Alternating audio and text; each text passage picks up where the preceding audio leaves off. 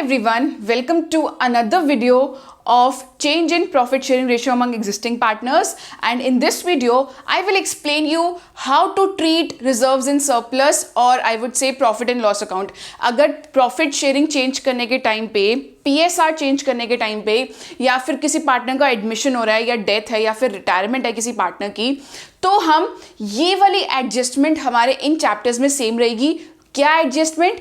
जिसमें भी हमारे पास लेट्स से हमारे बुक्स ऑफ अकाउंट्स में रिजर्व्स पड़े हुए हैं या प्रॉफिट पड़ा हुआ है या फिर एक्यूमुलेटेड लॉस पड़ा हुआ है, तो ये इन सब चीज़ों को हम एडजस्ट करते हैं at the time of change in PSR, या एडमिशन हो रहा है या रिटायरमेंट हो रहा है, डेथ हो रहा है. तो ये वाला टॉपिक वैसे भी बहुत इंपॉर्टेंट है और यू कैन से ईजी भी है, क्योंकि एक बार अगर आप समझ लोगे तो सारे चैप्टर्स में सेम ही लॉजिक लगेगा और सेम ही जर्नल एंट्रीज पास होगी. सो let's get start with this topic. ठीक है, accounting treatment of reserves and profit. सबसे पहले मैं प्रॉफिट और रिजर्व्स के बारे में बताऊंगी कि किस तरीके से मैं एडजस्ट करूंगी. अब भाई हमारे पास कंपनी में ऑलरेडी रिजर्व्स है. रिजर्व्स क्या होता है? एक अमाउंट प्रॉफिट में से थोड़ा सा अमाउंट हम किसी भी पर्पस के लिए अलग से रख देते हैं, ताकि आगे जाके अगर हमें कुछ भी प्रॉब्लम हो, उस कुछ भी कॉम्पनसेशन हमारे पास आए, तो हम वहाँ से हम उसको पे आउट कर देंगे. तो इस रिजर्व में कुछ अमाउंट पड़ा हुआ है ऑलरेडी बुक्स ऑफ अकाउंट्स में, और ये रिजर्व किसने बनाया होगा? ऑब्वियसली जो पार्टनर्स होंगे, old partners you can say, या फिर वही वाले पार्टनर्स जो अपने PSR चेंज कर रहे हैं. ठीक है जी, तो ये रिजर्व या फिर ये एक्यूमुलेटेड प्रॉफिट डिस्ट्रीब्यूट होगा among partners in their old PSR. याद रखना, ओल्ड प्रॉफिट शेयरिंग पे होगा. क्यों? क्योंकि ये वाले रिजर्व्स जो है या प्रॉफिट, ये जो भी एक्यूमुलेटेड प्रॉफिट आया हुआ है, पड़ा हुआ है बुक्स ऑफ अकाउंट्स में, ये है तो आखिर ओल्ड PSR ओल्ड पार्टनर्स का, तो इसलिए हम इसको डिस्ट्रीब्यूट भी अपनी ओल्ड PSR से ही करेंगे. तो लेट्स से मेरे पास एक्यूमुलेटेड प्रॉफिट पड़ा हुआ है, तो मैं किस तरीके से करूंगी? आइए सबसे पहले हम उसकी जर्नल एंट्री करते हैं. नंबर 1, ओके, मैं करूंगी accumulated profit account debited to partners capital account. तो मैं ये वाला अमाउंट जो भी एक्यूमुलेटेड प्रॉफिट है या फिर कोई भी रिजर्व है, वो मैं डेबिट कर दूंगी फ्रॉम पार्टनर्स कैपिटल अकाउंट. अगर मैं पार्टनर्स कैपिटल अकाउंट यहाँ पे बनाती हूँ, तो ये सारी डिस्ट्रीब्यूशन मेरा आ जाएगा by side, that is credit side. तो मतलब मैंने ये सारी चीज़ें डिस्ट्रीब्यूट कर दी among existing partners in their old PSR. मैंने आपको पहले भी बताया था, जब हम पार्टनर्स कैपिटल अकाउंट बनाते थे, तो जितने भी फायदेमंद, जितने भी बेनिफिट की चीज़ें हैं पार्टनर्स की, वो क्रेडिट साइड आती है. तो सिमिलरली एक्यूमुलेटेड प्रॉफिट और जो भी रिजर्व पैसा एक्स्ट्रा पड़ा हुआ है, वो उनके लिए एक बेनिफिट ही है. तो उनके ये क्रेडिट साइड में, बाय साइड में आ जाएगा एक्यूमुलेटेड प्रॉफिट, और बाय आ जाएगा रिजर्व्स, जो भी रिजर्व्स पड़ा हुआ है बुक्स ऑफ अकाउंट्स में. ऑन द कॉन्ट्ररी, अगर कोई लॉस है, तो हमारी जर्नल एंट्री बन जाएगी partners capital account to accumulated losses account. अब यहाँ पे आ जाएगा टू लॉस. जो भी लॉस पड़ा हुआ है वो भी बेयर कौन करेगा? Existing partners in their old PSR. तो ओल्ड PSR याद रखना, ये भी ओल्ड प्रॉफिट शेयरिंग रेशियो में डिस्ट्रीब्यूट हो जाएगा. एक हमारा होता है deferred revenue expenditure, advertisement suspense भी कहते हैं. लेट्स से कोई हमारी एक रेवेन्यू एक्सपेंस करा हुआ है, हमने कोई रेवेन्यू एक्सपेंडिचर है, वो हमें बहुत टाइम तक एक्सपेंस करना पड़ रहा है. लेट्स से मैंने कोई एडवर्टाइजमेंट, अपने ब्रांड की मैंने एडवर्टाइजिंग करी हुई है, तो वो 1 साल से ज़्यादा 2-3 सालों तक एक्सटेंड हो रही है. तो वो एक्सपेंडिचर ना तो मेरे को कोई एसेट बना के दे रहा है, बस ये क्या हो रहा है, ये मेरा जो एक्सपेंड है ईयर ऑन ईयर एक्सटेंड होता जा रहा है. तो उसको भी एडजस्ट करना बहुत ज़रूरी है. उसको भी हम करते हैं credit to deferred revenue expenditure account. तो यहाँ पे मेरा आ जाएगा to deferred revenue expenditure account. इसका बहुत बढ़िया एग्जांपल है एडवर्टाइजमेंट सस्पेंस अकाउंट. ठीक है जी, सिंपल सी चीज़ है. जो भी प्रॉफिट्स हैं वो पार्टनर्स कैपिटल अकाउंट में जाके क्रेडिट हो जाएंगे, और मेरी जर्नल एंट्री किस तरीके से बनेगी कि मैं करूँगी accumulated profit account debited, reserves debited to partners capital account. तो सिमिलरली लॉसेज हैं, वो जाके मैं क्रेडिट अकाउंट में टू लॉसेज अकाउंट कर दूंगी, to deferred revenue expenditure account कर दूंगी, जो यहाँ पर आके हो जाएंगे डेबिट. ठीक है जी, तो ये तो रही बात प्रॉफिट, एक्यूमुलेटेड प्रॉफिट है या रिजर्व है या फिर लॉस है. अब हमारे पास इस चैप्टर में रिजर्व्स के भी 2 चीज़ें समझाई हुई हैं, that is investment fluctuation reserve and workman compensation reserve. ये दोनों रिजर्व्स बहुत इंपॉर्टेंट है, ध्यान से सुनिएगा। So let's get started. Let's start with our first reserve, that is workman compensation reserve.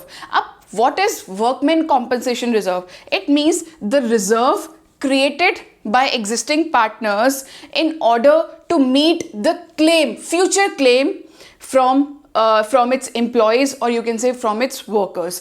तो बेसिकली ये एक कॉम्पनसेशन रिजर्व बना दिया है, कुछ कुछ पैसा हर साल जो पार्टनर्स है इस रिजर्व में डालते रहे, ताकि आगे जाके इमरजेंसी में किसी भी वर्कमैन को, किसी भी एम्प्लॉय को कुछ क्लेम मांगना पड़ गया इमरजेंसी में, कुछ भी इंश्योरेंस हो गया या कुछ एक्सीडेंट हो गया, उनको एकदम से अर्जेंटली पैसा चाहिए, तो वो पैसा जो पार्टनर्स जो है, जो कंपनी जो है, वो इस रिजर्व से निकाल के अपने एम्प्लॉय को या वर्कर को दे देगी। तो बेसिकली ये एक रिजर्व है। तो इसमें एक कंडीशन है, या तो क्लेम होएगा या तो क्लेम नहीं होएगा। ठीक है ना, क्लेम हो भी सकता है, नहीं भी हो सकता। अगर कोई क्लेम नहीं है तो ये पूरा रिजर्व चला जाएगा पार्टनर्स कैपिटल अकाउंट में इन देयर ओल्ड पीएसआर। ये डिस्ट्रीब्यूट हो जाएगा पार्टनर्स कैपिटल अकाउंट में इन देयर ओल्ड पीएसआर। जैसे कि मैं पार्टनर्स कैपिटल अकाउंट बनाती थी तो ये बाय साइड आ जाएगा वर्कमैन कॉम्पनसेशन रिजर्व, जो भी मेरा है, जितना भी मैंने डिस्ट्रीब्यूट किया हुआ है। तो मतलब ये मेरा रिजर्व डिस्ट्रीब्यूट हो जाएगा कैपिटल, पार्टनर्स कैपिटल अकाउंट में जितना भी मेरा रिजर्व अमाउंट है, अगर कोई क्लेम नहीं है तो। बट व्हाट इफ क्लेम है? अब इसके भी 3 केसेस है हमारे पास। अगर क्लेम हमारा इक्वल आ गया वर्कमैन कॉम्पनसेशन रिजर्व में जो पैसा पड़ा हुआ है उससे, या क्लेम कम है मेरा वर्कमैन कॉम्पनसेशन रिजर्व में, और या फिर क्लेम आ गया भाई बहुत ज़्यादा, जितना कि रिजर्व में भी पैसा नहीं पड़ा हुआ। तो इन केसेस में मैं क्या करूँगी? लेट्स से मेरा क्लेम आ रहा है 10,000 का, ठीक है, और वर्कमैन कॉम्पनसेशन रिजर्व में भी मेरा 10,000 ही पड़ा हुआ है। ठीक है जी, तो सिंपल सी एंट्री हो जाएगी। मैं ये पूरा का पूरा जो रिजर्व में जो मेरा पड़ा है बैलेंस 10,000 का, वो मैं बैलेंस शीट में शो करूंगी, balance sheet of a reconstituted firm. Balance sheet कौन सी? जब मैं एंड में जाके रिकॉन्स्टिट्यूटेड फर्म की बनाती हूं। किस नाम से? To provision for workman compensation claim account. किस नाम से करूंगी? Provision for workman compensation claim के नाम से। और ये पूरा का पूरा अमाउंट चला जाएगा बैलेंस शीट में, जो मैं रिकॉन्स्टिट्यूटेड फर्म की बैलेंस शीट बनाऊंगी। ठीक है जी। नेक्स्ट, अगर क्लेम कम है, लेट्स से 5,000 का क्लेम है और मेरे पास पड़ा हुआ है 10,000 का। ठीक है जी। अब जो क्लेम में, अब जो पैसा कितने का है? क्लेम का पैसा है, ठीक है, क्लेम है 5,000 का, तो मतलब आधा पैसा तो प्रोविजन में चला जाएगा, 5,000 मेरा आ जाएगा प्रोविजन में, और बाकी का 5,000 जो बचा है वो 5,000 डिस्ट्रीब्यूट हो जाएगा अमंग पार्टनर्स कैपिटल अकाउंट। तो ये जो 5,000 है ये चला जाएगा बैलेंस शीट में in the name of provision for workman compensation claim account. ठीक है जी। अब नेक्स्ट, लेट्स से यहाँ पे 20 का क्लेम आ गया और 10,000 मेरे पास पड़ा हुआ है भाई उसमें वर्कमैन कॉम्पनसेशन रिजर्व में। तो ये 10,000 का जो है एक लॉस हो गया, जो मेरा एंट्री हो जाएगी workman compensation reserve account debited, revaluation account debited. अब ये रीवैल्यूएशन यहाँ पे क्यों आया है, मेरी ये नेक्स्ट वीडियो है जिसमें मैंने समझाया हुआ है कि रीवैल्यूएशन में जो लॉसेस हैं वो भी ट्रांसफर होते हैं कैपिटल अकाउंट में to provision for workman compensation claim. तो मेरा वर्कमैन कॉम्पनसेशन रिजर्व मेरा ऑलरेडी कितना पड़ा था? 10,000 का। अब लॉस कितना है?